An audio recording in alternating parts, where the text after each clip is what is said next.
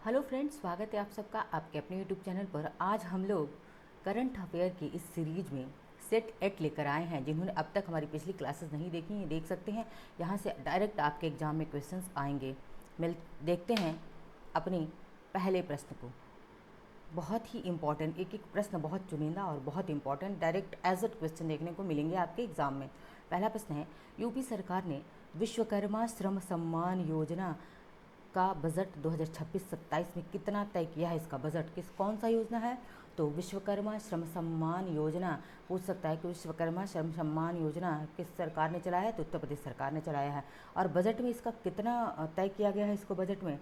तो देखते हैं 100 करोड़, 150 करोड़, 200 करोड़, 250 करोड़। तो कितना तय किया गया है? 200 करोड़ तय किया गया है विश्वकर्मा श्रम सम्मान योजना के लिए उत्तर प्रदेश सरकार ने। कारीगरों को टूल किट और ट्रेनिंग दिया जाएगा। इसमें क्या दिया जाएगा? टूल किट और ट्रेनिंग दिया जाएगा इसमें विश्वकर्मा श्रम सम्मान योजना के तहत। ठीक है, अब देखते हैं दूसरा प्रश्न है, बिहार में मुख्यमंत्री कन्या उत्थान योजना में लड़की की शादी पर मिलने वाली राशि यानी कि कितनी राशि लड़की को दी जाएगी उसकी शादी पर, किस योजना के तहत? मुख्यमंत्री कन्या उत्थान योजना के तहत। तो कितना? 25,000, 50,000, 1 लाख या फिर 1.5 लाख? कितना दिया जाएगा? तो 50,000 रुपये दिए जाएंगे।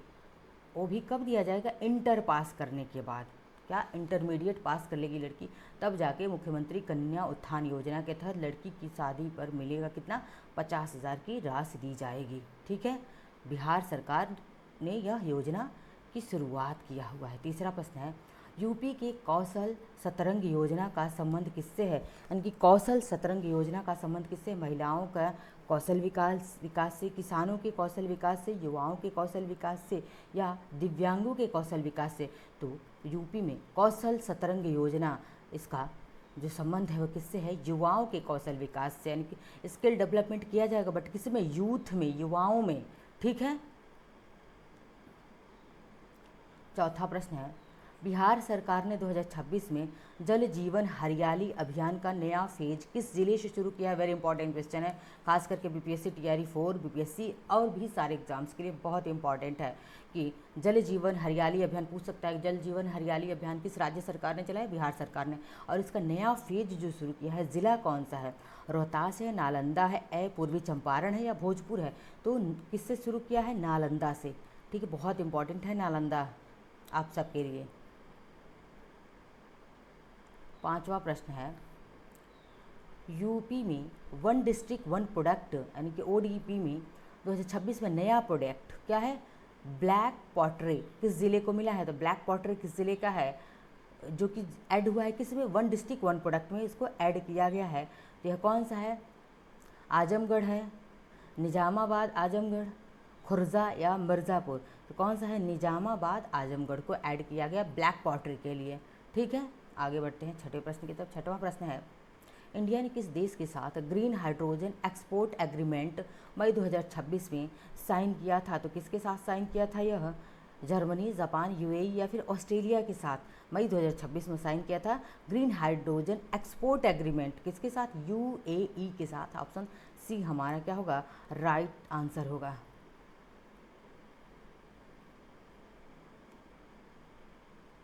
सातवां प्रश्न है, 46वें अंटार्कटिक ट्रीटी कंसुलेटिव मीटिंग यानी कि ATCM 26 की मेज़बानी भारत ने कहाँ पर किया था? यह मीटिंग कहाँ पे हुई थी अंटार्कटिक ट्रीटी वाला?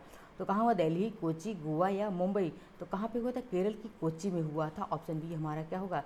राइट आंसर होगा। बढ़ते हैं आठवें प्रश्न की तरफ। आठवां प्रश्न हमारा है, WHO ने global traditional medicine centre Bharat में कहाँ स्थापित किया? यानी कि ग्लोबल ट्रेडिशनल मेडिसिन सेंटर का स्थापित किसने किया है? वर्ल्ड हेल्थ ऑर्गेनाइजेशन ने किया हुआ है, लेकिन कहाँ किया हुआ है? दिल्ली, जामनगर गुजरात, पुणे या बेंगलुरु? कहाँ पे किया है? तो यह जामनगर गुजरात में स्थापित हुआ है। ग्लोबल ट्रेडिशनल मेडिसिन सेंटर स्थापित WHO ने किया है, ये भी आपको याद रखना पड़ेगा। नौवां प्रश्न हमारा है, G20 शेरपा मीटिंग 2026 का पहला सेशन कहाँ हुआ था? G20 शेरपा मीटिंग 2026 का पहला सेशन आयोजित कहाँ पे किया? जयपुर, वाराणसी, कोलकाता या हैदराबाद? तो ऑप्शन बी राइट आंसर है, वाराणसी में। कहाँ पे हुआ था? उत्तर प्रदेश की वाराणसी में आयोजित किया गया था। 10वां प्रश्न है, आरबीआई ने मई 2026 में रेपो रेट कितना रखा है? तो कितना रखा है आरबीआई ने? 5.50%, 5.75%, 6%, 6.25%। तो आरबीआई ने 2026 में रेपो रेट कितना रखा है? 5.75%। लगातार तीसरी बार यही स्टेबल है, मतलब रेपो रेट में कोई बदलाव नहीं हुआ है। तीसरी बार नो चेंज हुआ है रेपो रेट में, आरबीआई ने कोई चेंज नहीं किया है। 5.75% रेपो रेट रखा गया, याद रखिएगा। 11वां प्रश्न है, भारत का पहला क्वांटम कंप्यूटर 1000 बाइट्स वाला कहाँ स्थापित किया गया है? तो यह कहाँ स्थापित किया गया है quantum computer? IIT Madras, ISC Bengaluru, IIT Delhi, TIFR Mumbai. तो इसको स्थापित कहाँ किया गया है? आईआईटी दिल्ली में। IIT Delhi, option C right answer है। और भी किसके तहत? तो कौन सा? नेशनल क्वांटम मिशन के तहत। कौन सा मिशन है? नेशनल क्वांटम मिशन के तहत आईआईटी दिल्ली में स्थापित किया गया 1000 बिट वाला क्वांटम कंप्यूटर। ठीक है, याद रखिएगा। 12वां प्रश्न है, पीएम ई ड्राइव स्कीम किससे संबंधित है? यानी कि पीएम ई ड्राइव स्कीम सौर ऊर्जा से, इलेक्ट्रिक वाहन सब्सिडी से, ड्रोन ट्रेनिंग से या डिजिटल पेमेंट से? तो इलेक्ट्रिक वाहन सब्सिडी से संबंधित है PM E drive scheme. Drive यानी कि ड्राइविंग से संबंधित है, याद रखिए, कीवर्ड बना लीजिए इस अपना। 13वां प्रश्न है हमारा, भारत में सेमीकंडक्टर फैब प्लांट 2026 में कहाँ शुरू हुआ था? तो सेमीकंडक्टर फैब प्लांट की शुरुआत कहाँ पे की गई थी? धोलेरा गुजरात, नोएडा यूपी, बेंगलुरु कर्नाटका, हैदराबाद तेलंगाना। तो कहाँ पे यह सेमीकंडक्टर फैब प्लांट की शुरुआत हुई थी? धोलेरा, गुजरात के धोलेरा में। यह प्रश्न हम अपने प्रैक्टिस सेट में तीसरी बार दे रहे हैं क्योंकि यह इंपॉर्टेंट, बेहद इंपॉर्टेंट प्रश्न है। 14वां प्रश्न है, यूनेस्को वर्ल्ड हेरिटेज साइट 2026 में भारत की कौन सी साइट नई लिस्ट में जुड़ी हुई है? तो कौन सी है? Kanger valley national park, Maratha military landscape, great Nicobar project, Ladakh cold desert. तो यूनेस्को की वर्ल्ड हेरिटेज साइट 2026 में नई लिस्ट में शामिल हुआ है क्या? तो ये शामिल हुआ है मराठा मिलिट्री लैंडस्केप। कौन सा है? Maratha military landscape, option B हमारा राइट आंसर है।